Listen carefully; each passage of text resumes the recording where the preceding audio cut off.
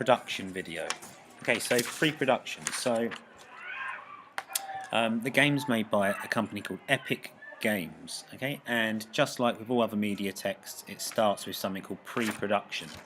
So pre-production for a video game is very similar to the other types of production in that you'll have lots of planning. You'll have to pitch your ideas to a developer. You will have to come up with something called concept art. That's where you get a design team to maybe design the characters and the worlds that will inhabit your game. And then you'll need to create what's called a prototype. So a prototype is like a simplified sort of beta version of what the game is. So it might be a very simplified version of the final game. So a simplified version of Fortnite that just has very simple basic characters and simple basic worlds. Once that's been approved, it goes on to production, so being made. So that's headed up by something called a development team. So a development team will normally consist of, in Fortnite's case, something close to maybe 200 people.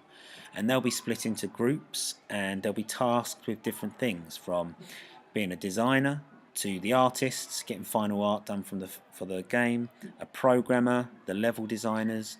You get testers as well to make sure that the games run smoothly. And then that final sort of finished product is given one final testing and an approval by the company, and then it's sent off to be made. So Fortnite is very different because it is a free-to-play game, which means it is downloaded, so you don't buy the game. The game actually makes its money from something called in-game currency.